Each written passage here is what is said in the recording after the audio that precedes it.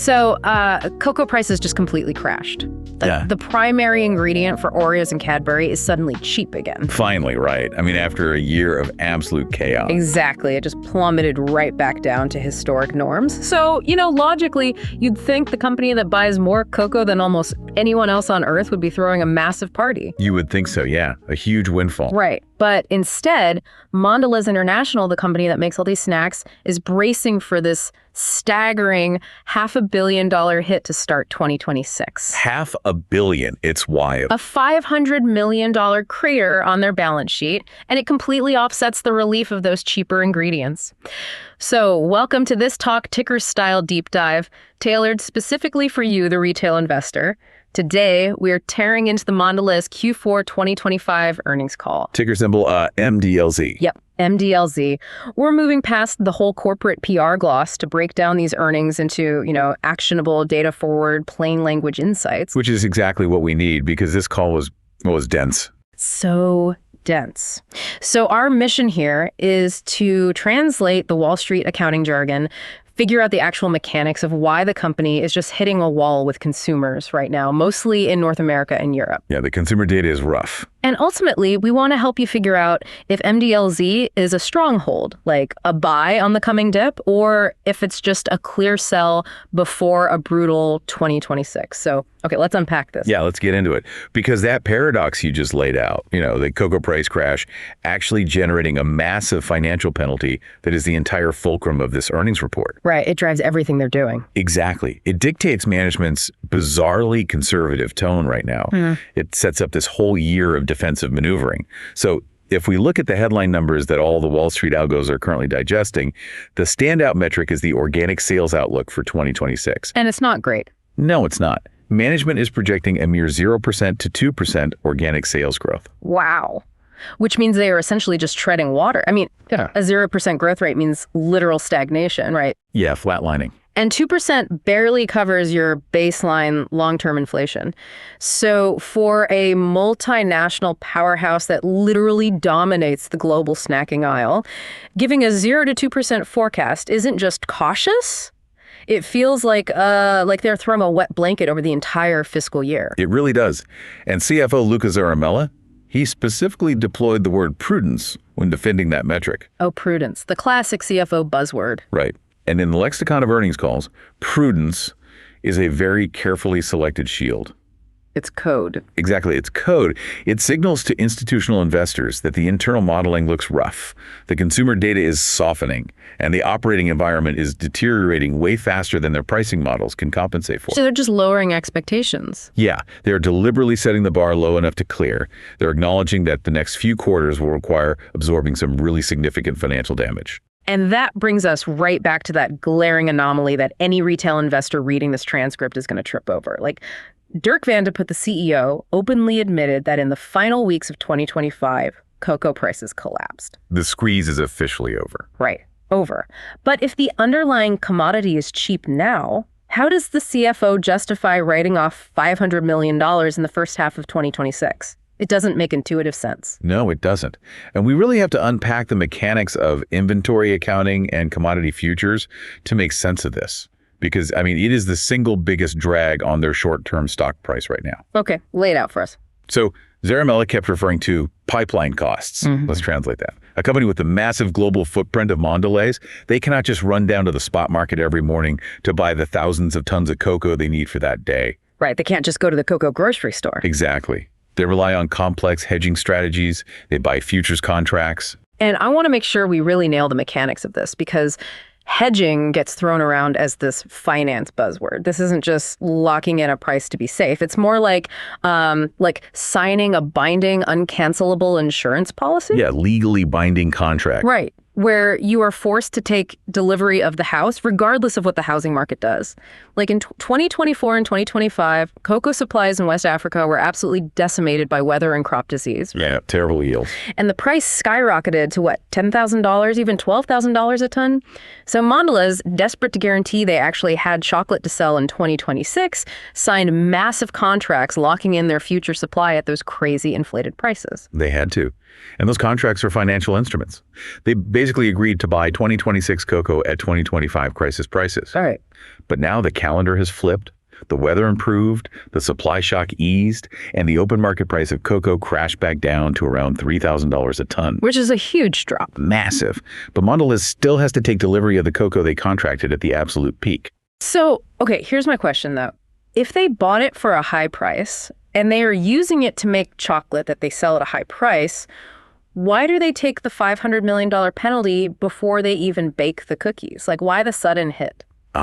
So this is the brutal reality of strict mark-to-market inventory accounting rules. Okay.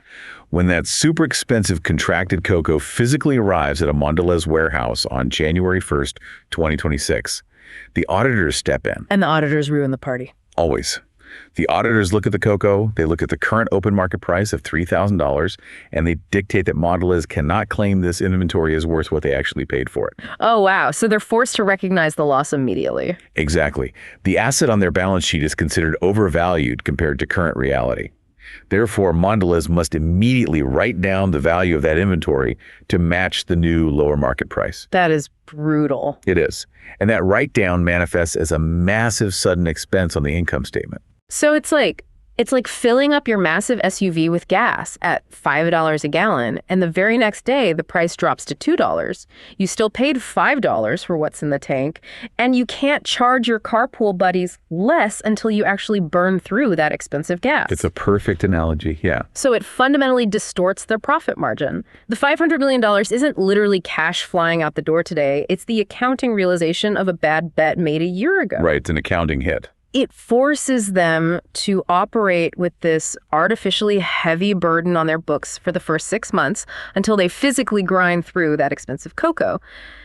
But, I mean, did management mess up their hedging strategy here, or is this just the cost of doing business? Well, what's fascinating here is that it leans heavily toward the unavoidable collateral damage of scale. Really? You don't think they bungled it?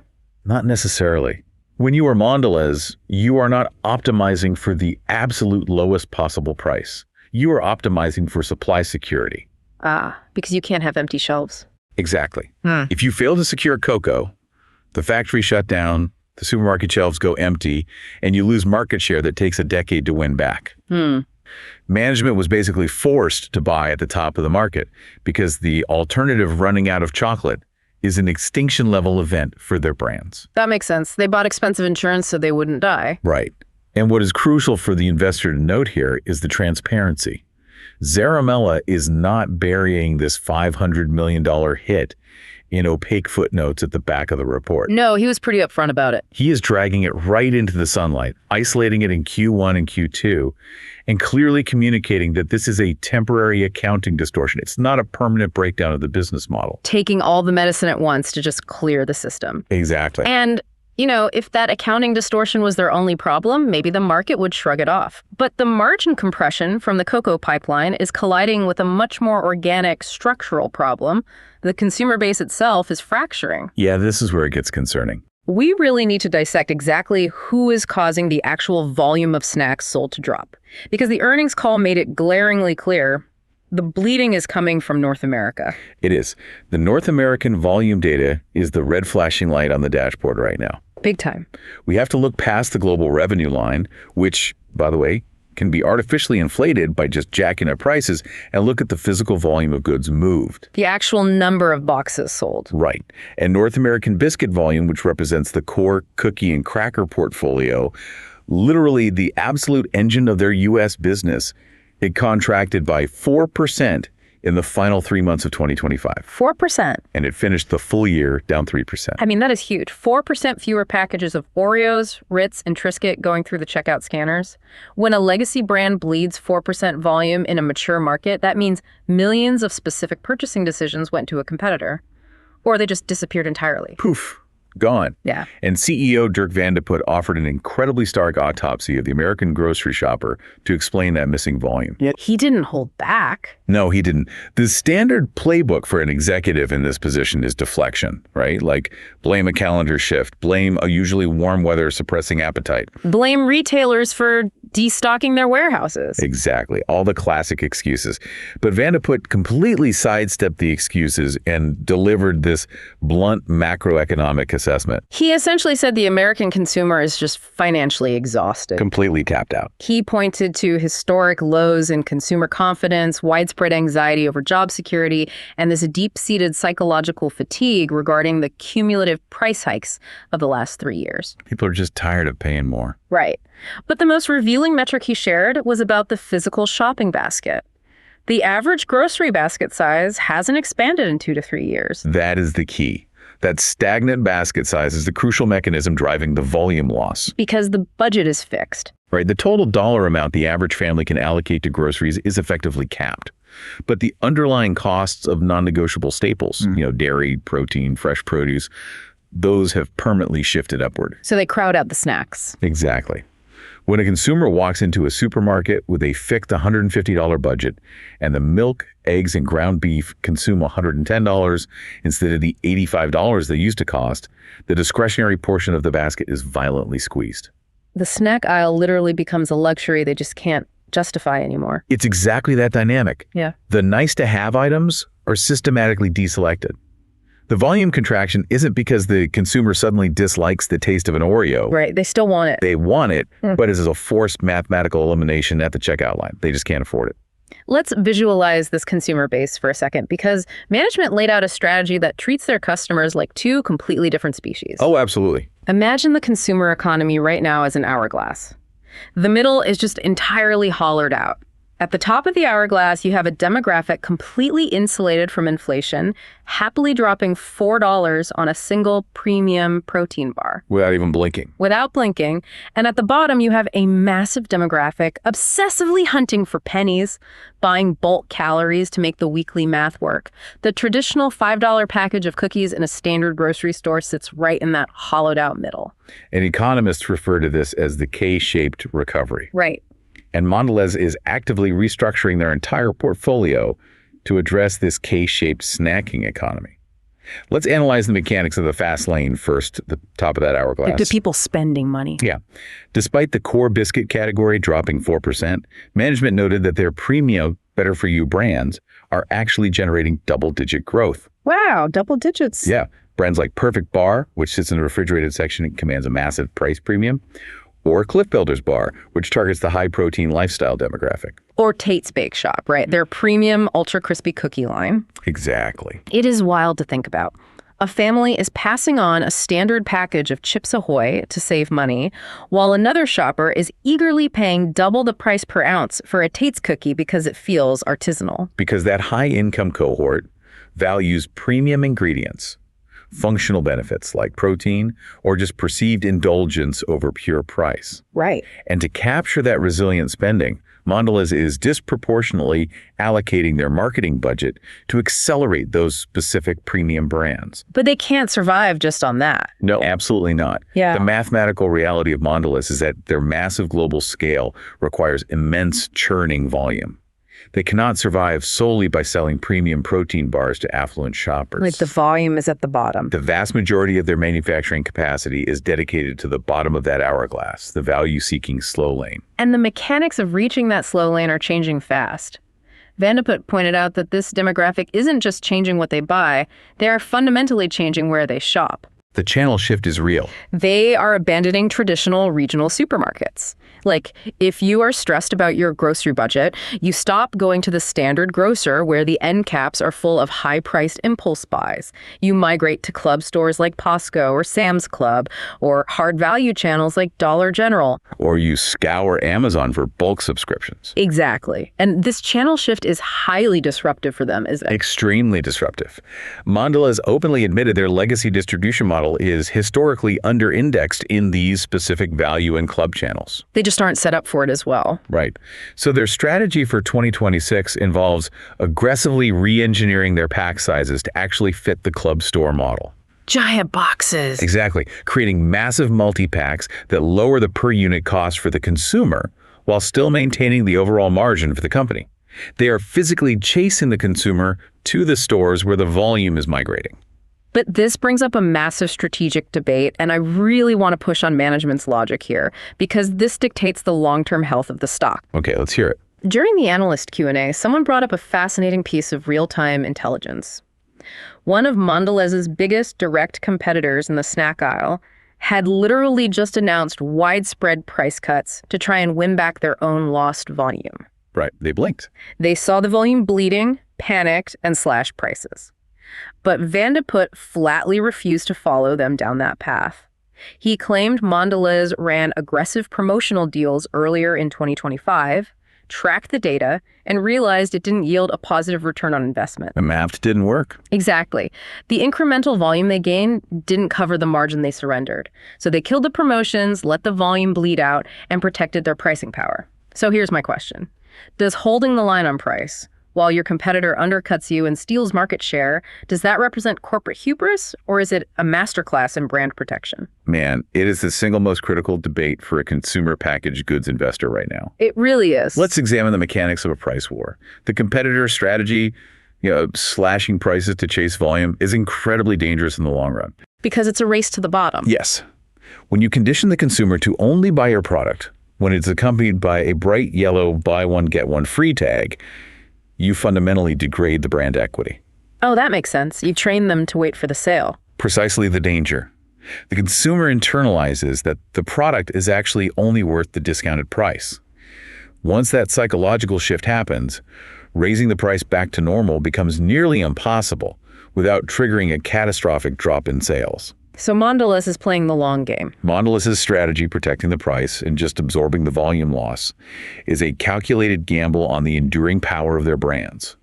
They believe an Oreo has enough intrinsic value that they don't need to discount it to move it. So how do they get people to buy at the higher price? Well, instead of cutting the price, their solution is to increase the perceived value through intense marketing.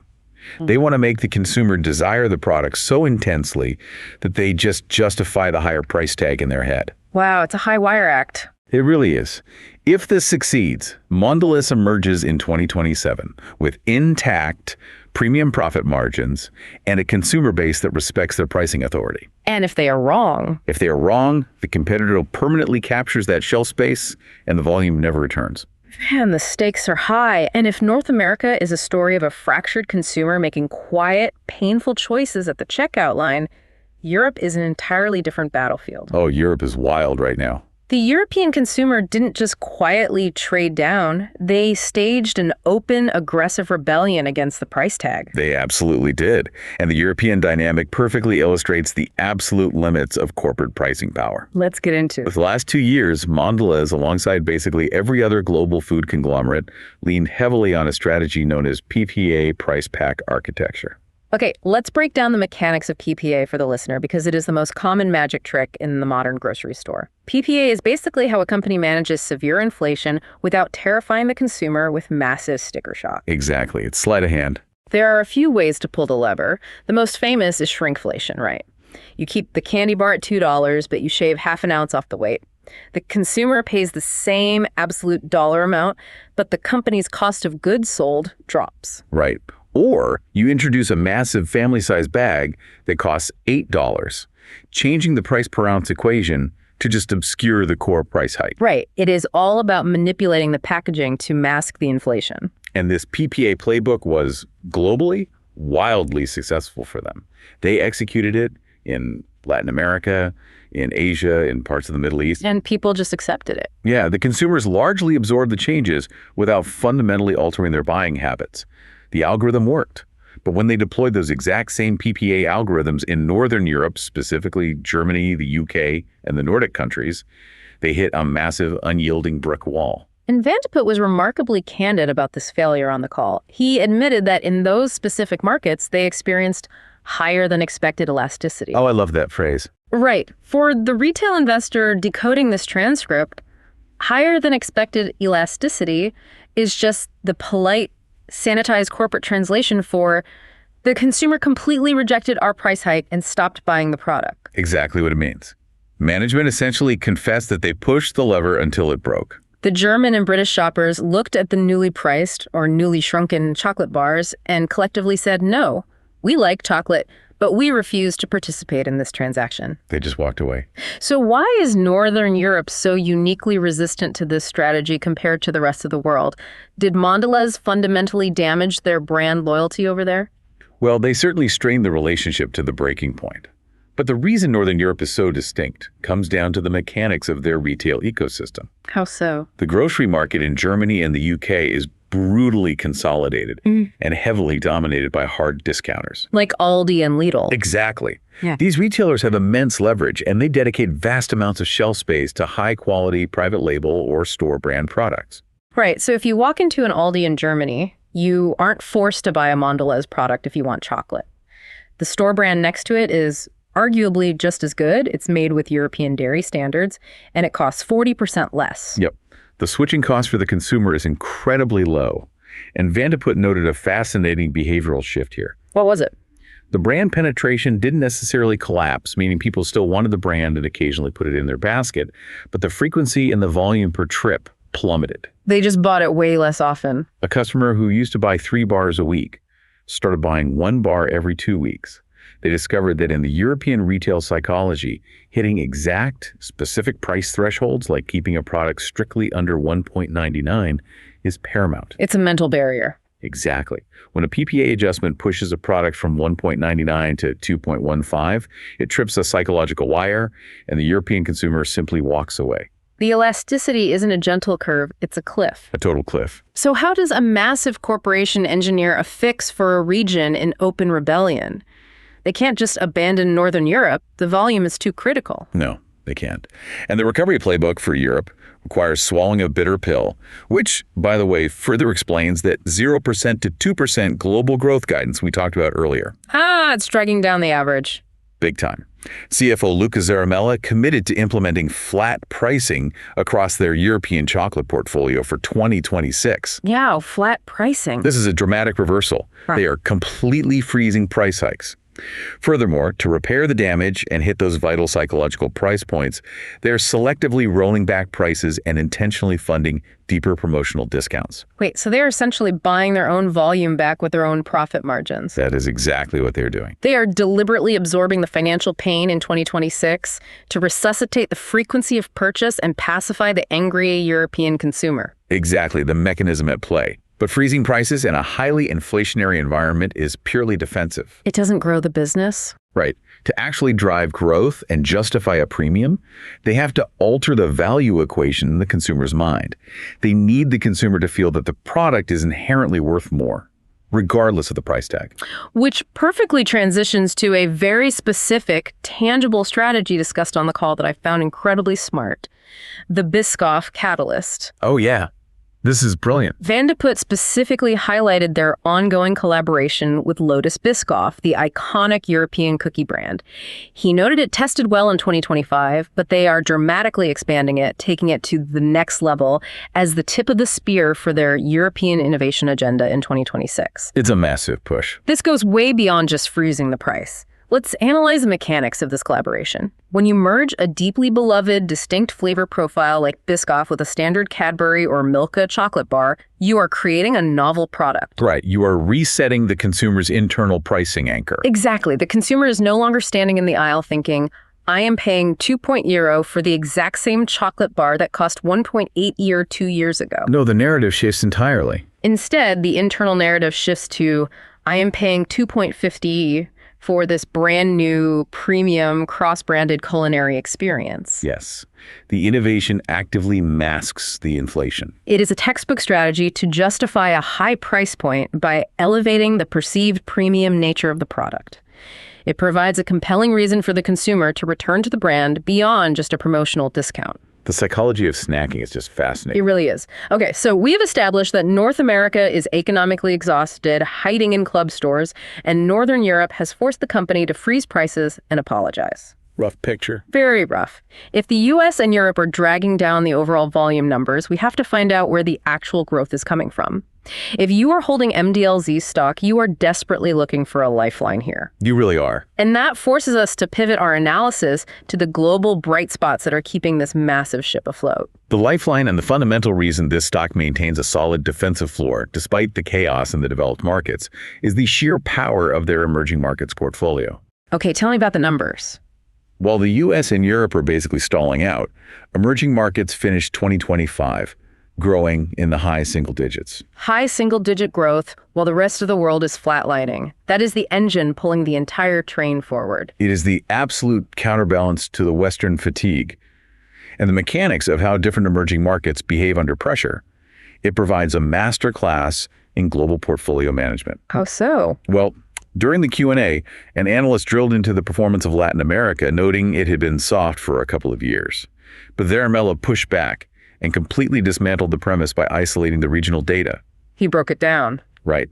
He explicitly separated the performance of Brazil and Mexico from the chaos of Argentina. Which is such a crucial lesson for any retail investor looking at multinational companies. You cannot evaluate a continent as a single monolith. No, you really can't. The economic reality of a consumer in São Paulo has nothing to do with the reality of consumer in Buenos Aires. Exactly. And Zaramella highlighted Brazil as one of the strongest performing markets in their entire global network. It delivered on both top-line revenue and bottom-line profit. So what did they do differently in Brazil? The fascinating part is why Brazil succeeded. Well, the PPA strategy, the shrinkflation and price hikes, while that failed spectacularly in Northern Europe, Mondelez executed it flawlessly in Brazil. Oh, wow. So it worked there. Perfectly. They managed to raise prices and adjust packaging with minimal elasticity. The Brazilian consumer absorbed the inflation and just continued buying the volume. That's huge. In Mexico, similarly, has rebounded strongly and is back in solid, sustainable growth territory. But the strategy for Argentina operates in an entirely different universe, doesn't it? Oh, totally. Argentina is the dark side of emerging market exposure. Yeah, a country trapped in severe economic turmoil, grappling with structural hyperinflation and crazy currency devaluation.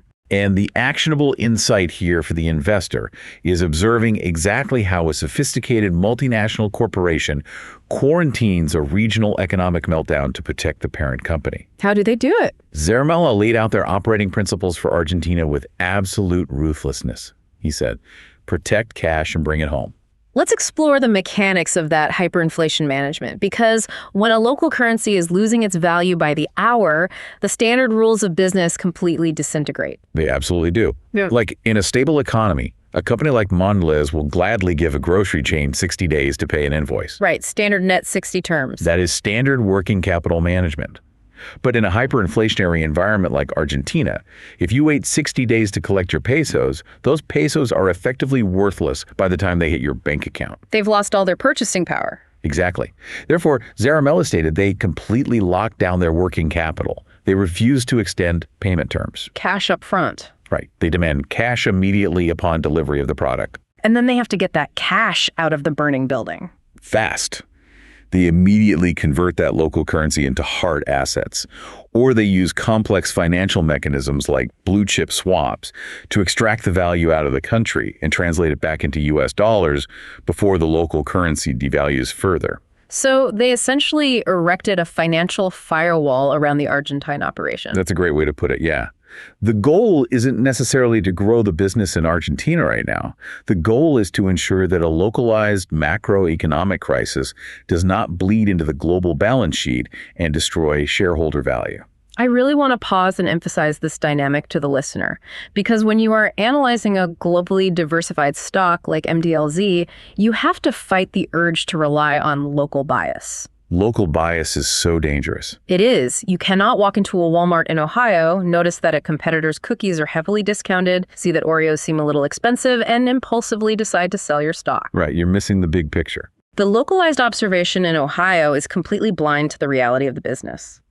The sheer overwhelming scale of their global footprint, the fact that a booming, highly profitable market in Brazil or massive volume expansion in India can mathematically offset a consumer strike in Germany or hyperinflation in Argentina, that is the core thesis for owning the stock. It really is. It is a geographically diversified portfolio of human habits. That geographic diversification is literally the sole reason a company can endure a devastating 4% volume drop in their core North American biscuit division without the entire global enterprise spiraling into a crisis. The emerging markets act as the shock absorbers for the developed world's volatility. Exactly. Okay, we have thoroughly dissected the regional narratives here. We understand the inventory accounting hit, the stressed U.S. consumer, the frozen European pricing, and the emerging market shock absorbers. We've covered the map. Now, the analysis must shift to the future. How is management actually planning to navigate this incredibly turbulent 2026 to reach what they clearly view as the promised land of 2027?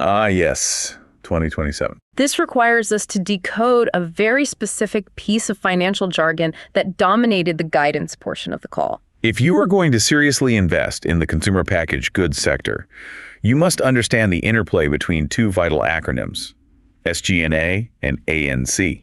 Right. They represent the lifeblood of how a food brand sustains itself. SG&A is relatively straightforward. Selling, general, and administrative expenses. The baseline costs. Right, keeping the lights on. Corporate salaries, office leases, IT infrastructure, the sheer bureaucracy of running a global company. But ANC is the true engine of growth. Yes. ANC stands for Advertising and Consumer Spending. The marketing war chest. In plain English, exactly. Now, Zaramella revealed a fascinating strategic maneuver regarding these budgets. What did he say? He noted that in 2025, total SG&A was actually down year over year. They successfully trimmed the corporate fat. Good. However, they also suppressed their overall ANC budget. Wait, they cut marketing while volume was dropping? But they did not cut it indiscriminately. They executed a very surgical strike. They slashed non-working media, but fiercely protected their working media. Okay, let's break down the mechanics of working versus non-working media, because this distinction dictates how effectively a company is actually communicating with the consumer. It's vital. Non-working media is basically the infrastructure of advertising. Like the agencies. Exactly. It is the millions of dollars paid in retainer fees to elite advertising agencies in New York and London. It is the cost of market research focus groups. It is the exorbitant production budget required to fly a film crew and actors to a location to shoot a 30-second commercial. All the money spent preparing to advertise. Right. The back-end bureaucracy of marketing. Got it. And working media? Working media, on the other hand, is the actual physical purchase of the audience's attention. The ads themselves. Yes. It is the money spent securing the 30-second television spot during a massive sporting event. It is the budget allocated to buy unskippable YouTube pre-roll ads. It is the cash paid to a grocery store to secure the prominent end cap display right at the front of the aisle. Okay, so working media is the capital that forcibly places the image of an Oreo directly into the retinas of the consumer. Exactly that. So management's strategy was to starve the advertising agencies, cut the production bloat, and hoard cash in 2025, specifically to unleash a massive wave of actual ad buys working media in 2026. Zaramella was explicit about this. He stated the step up in ANC investment from 2024 to 2026 is going to be a lot of money. Substantial. They are preparing to flood the zone. Because they have to. Because they are holding prices flat in Europe and fighting a stressed consumer in the U.S., they cannot rely on price hikes to drive revenue anymore. They have to force the actual physical volume back up. Right. And the only way to do that is through relentless, omnipresent, direct-to-consumer advertising. But even with this massive marketing blitz planned for 2026, I noticed a very strange psychological dynamic during the earnings call. What did you catch? Management spent an inordinate amount of time hyping up 2027. Oh, they couldn't stop talking about it. Right. This is a Q4 2025 earnings call meant to discuss the year that just ended and the year about to begin, yet Dirk Vandeput kept looking 2 years down the road. It was very noticeable. He explicitly stated that cocoa prices returning to normal bodes very well for 2027 and projected that their chocolate margins in 2027 will increase in a considerable way. This is a classic executive maneuver. Is it a distraction? If we look at the underlying mechanics of their guidance, management is actively pleading with Wall Street and retail investors to just grant them a hall pass for 2026. Just ignore this year, guys. Basically, they're transparently telegraphing, Listen, 2026 is going to be a messy, ugly transition year.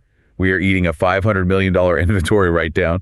We are intentionally freezing prices and giving up margin in Europe. We are burning a mountain of cash on working media to stabilize volume. So the 2026 numbers will not look pretty. Exactly. They're saying, do not judge the health of this company based on the next 4 quarters. They are dangling 2027 like a carrot to keep investors from selling the stock today. Yep.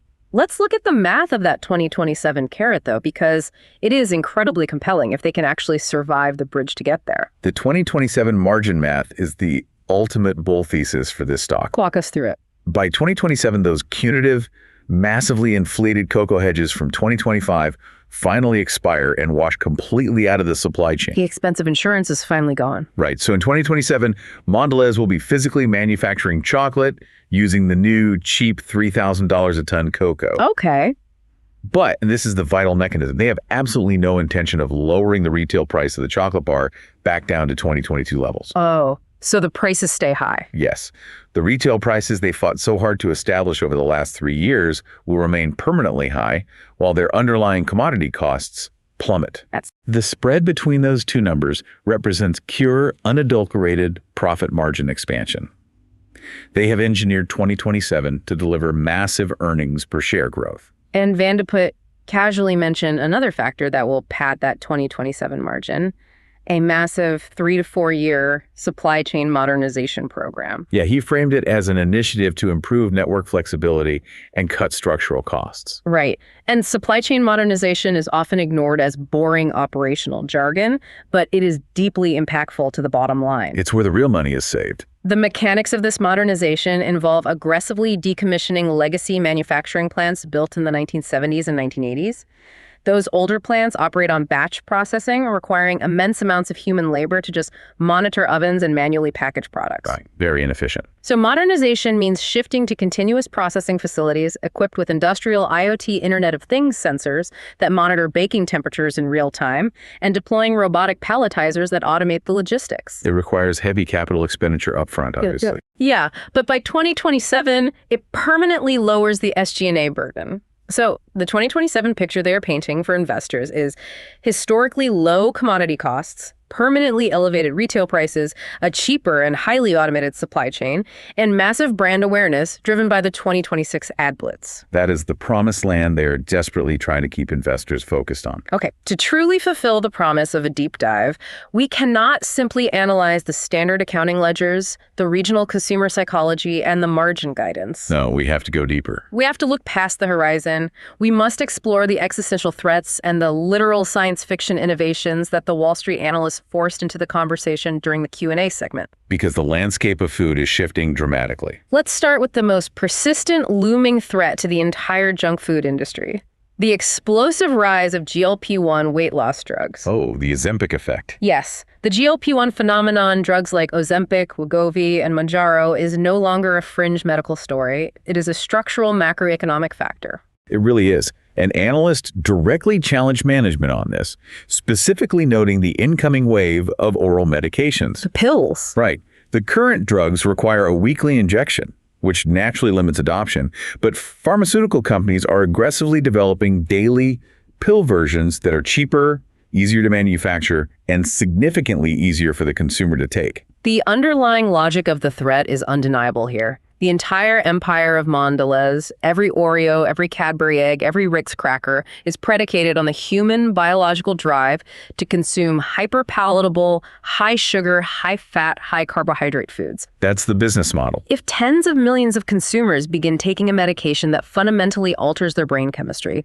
suppressing their appetite, and making them actively nauseated by those specific macronutrients, the foundation of the company is at risk. It is the single greatest existential question facing the consumer packaged goods sector today.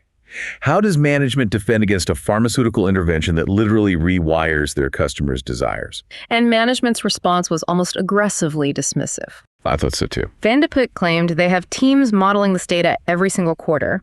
He stated that even projecting a decade into the future, assuming a massive 10% to 20% total adoption rate across the entire U.S. population, their internal models show it will only hit their global volumes by 0.5% to 1.5%. A fraction of a single percent. I have to push back hard on this logic, that math feels completely detached from reality. Management is assuming that the person taking a $1,000 a month weight loss drug is just an average consumer. Right.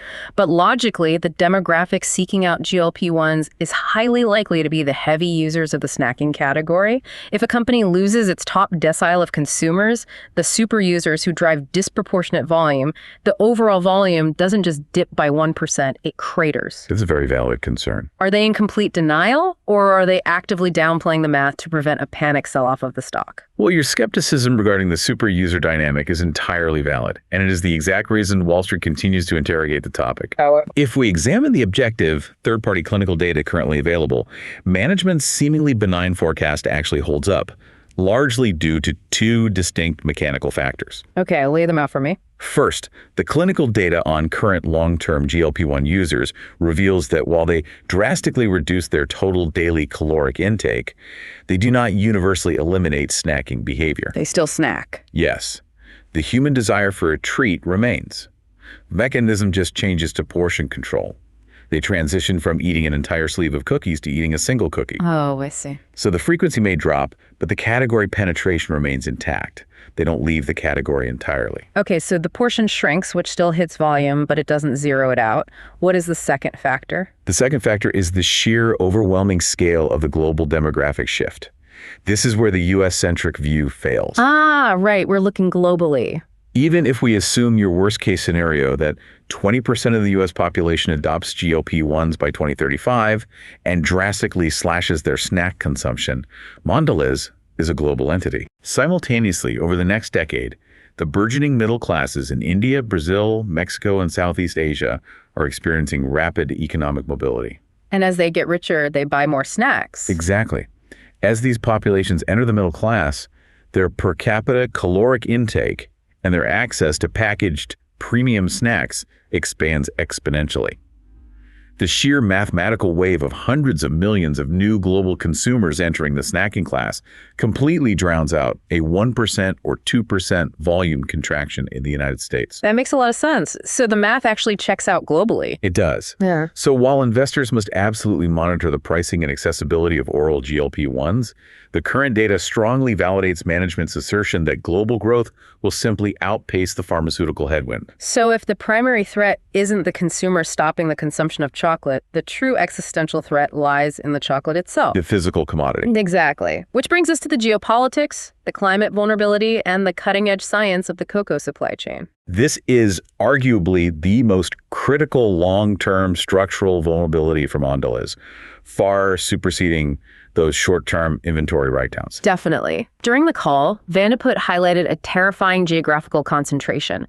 Currently, close to 60% of the entire global supply of cocoa is tied up in just two West African nations, Ghana and the Ivory Coast. 60%, that is wild. From a risk management perspective, relying on two bordering nations for 60% of your foundational ingredient is a nightmare. It is a single point of failure. Absolutely. If West Africa experiences a prolonged drought, a massive outbreak of a crop disease like swollen shoot virus, or severe political instability that disrupts the export ports, the entire global chocolate industry is instantly paralyzed. You literally cannot make the product. Which is exactly why Mondelez is aggressively executing a massive capital-intensive strategy to diversify their supply chain away from complete reliance on West Africa. Where are they going? They are intentionally fostering new cocoa ecosystems in South America. Vandeput specifically cited heavy long-term investments in Brazil. Oh, bringing it to South America? Right. But the mechanics of Brazilian cocoa farming are vastly different from West Africa. How so? In West Africa, the crop is largely grown by hundreds of thousands of independent smallholder farmers on tiny plots of land. In Brazil, Mondelez is fostering the development of massive, highly capitalized corporate farming operations. Mega farms. Mega farms. They are signing long-term, guaranteed supply agreements with them.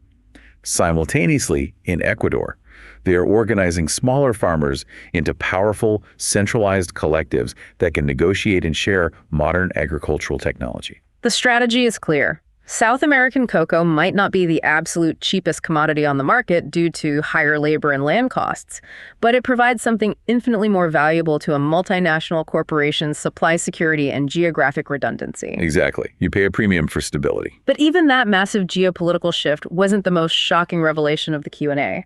I want to highlight the most literal science fiction moment of the entire earnings call. I know exactly what you're talking about. Right. Management openly discussed their serious financial interest in the development of lab-grown cocoa. Yes.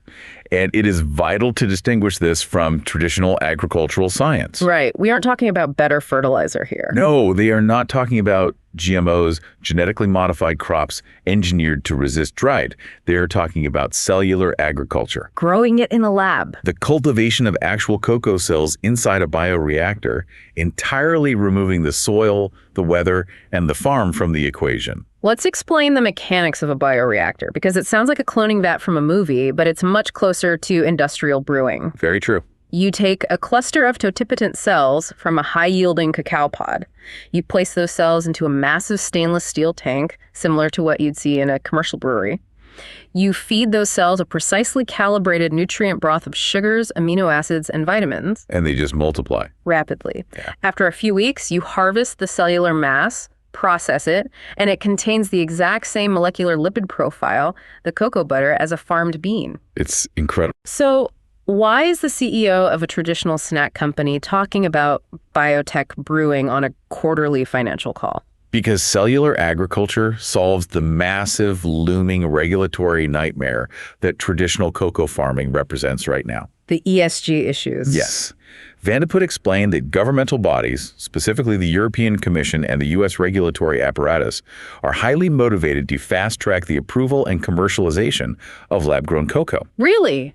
Fast-tracked it. Because traditional cocoa farming, particularly in West Africa, is currently fraught with massive, almost unsolvable ESG, environmental, social, and governance controversies. Right. It is deeply entangled with rampant deforestation as farmers clear protected lands to plant new trees. It is highly vulnerable to climate change. Yeah. And tragically, the economics of smallholder farming in the region are historically tied to horrific labor practices. And the European Union recently passed strict deforestation regulations that demand companies prove their supply chains are not contributing to the destruction of forests, proving that for hundreds of thousands of independent West African farms is a logistical nightmare and a massive legal liability. Precisely. Lab-grown cocoa entirely bypasses every single one of those liabilities. It's just a clean slate. Exactly. It requires a fraction of the land, zero deforestation, zero agricultural labor exploitation, and it was completely immune to weather shocks or crop diseases. So if Mondelez can transition even 10% or 15% of their European chocolate supply to lab-grown cocoa over the next decade, they instantly neutralize their greatest public relations vulnerabilities and bulletproof their supply chain against climate change. It was presented as just a brief answer in a Q&A, but it represents a fundamental, massive strategic pivot for the future of the company. Okay, we have covered a staggering amount of ground in this deep dive. We really have. We have analyzed the mechanics of inventory write-downs, explored the hourglass economy squeezing the North American consumer, dissected the psychological price limits of the European retail market, and projected the sci-fi future of cellular agriculture. A lot of moving parts. It is time for the bottom line. This is the core promise of the Talk Tickers format. We have to synthesize this data, cut through the corporate spin, and deliver actionable takeaways for you, the retail investor. We have to take a definitive stance based on the mechanics we've uncovered. The verdict, based strictly on the data and management's own guidance, is deeply bifurcated. Okay. The outlook for Mondelez in the first half of 2026 is definitively, unavoidably bearish. Highly bearish. The storm clouds are already locked in. There are just too many mechanical headwinds converging simultaneously. The $500 million mark-to-market inventory adjustment is going to detonate in Q1 and Q2. It's going to look awful on paper. When those earnings reports hit the wire, the headline numbers will look objectively terrible to the algorithms and the casual observers. Furthermore, the tense ongoing negotiations with consolidated European retailers will suppress actual volume as they hold the line on flat pricing. And the North American consumer remains financially exhausted, stubbornly shifting to club stores and demanding value that compresses margins. The next 2 quarters are going to be ugly, volatile, and frustrating. Management is practically begging the market to price in that short-term pain now. But the long-term play, looking past the noise toward late 2026 and firmly into 2027, is highly bullish. Extremely bullish, because management is refusing to mortgage the future to save the present. They aren't panicking. They are taking their medicine right now. They are resetting the European pricing expectations to heal the brand relationship. They are pouring a fortune into working media to dominate the advertising space, while their weaker competitors are desperately slashing retail prices and destroying their own brand equity. And most importantly, they're simply waiting out the clock until the historical cocoa price crash physically filters through their supply chain. Yes. When that cheap commodity meets their permanently elevated retail prices, it will massively pad their bottom line in 2027. So here's the actionable advice for you. If you currently hold MDLZ stock in your portfolio, you need to prepare for a bumpy, potentially frustrating 6 months. Just brace yourself. Do not panic when the Q1 headlines scream about a massive $500 million loss. Understand the mechanics behind it. Look past the accounting distortion toward the 2027 margin expansion. And if you do not own the stock, if you do not own it, but are considering buying in, there is absolutely no need to rush today. Let the market overreact. Wait for that specific Q1 earnings dip. Wait until the inventory adjustment hits the mainstream financial news and scares off the weak, uninformed hands. that's the entry point. That manufactured, fundamentally misunderstood dip is very likely your optimal entry point to capture the 2027 run. It is the textbook definition of short-term accounting noise obscuring long-term operational leverage. Yeah. The underlying machine is healthy, even if the current dashboard is flashing red. I want to leave you with a final thought to mull over. Building on that sci-fi Q&A moment we just discussed, think deeply about the long-term mechanics of cellular agriculture. The implications of what Dirk Vandeput signaled regarding lab-grown cocoa are just staggering. They really are. If cellular agriculture scales up and biotech bioreactors eventually achieve price parity with traditional farmed cocoa, it does far more than just improve Mondelez profit margins and solve their ESG headaches. It changes the world. It fundamentally, permanently destabilizes the entire agricultural economies of West Africa, which rely on cocoa exports for survival. Simultaneously, it rewrites the entire supply chain playbook for the global food industry overnight. If that transition begins to materialize over the next decade, you have to ask yourself a foundational question about your portfolio. What's that? Are you still investing in a traditional snack company that buys crops from farmers? Or are you actually investing in a future biotech distribution network that prints its own ingredients? It completely changes how you calculate the terminal value of the stock. It really does. Thank you for joining us on this deep dive into the mechanics of Mondelez.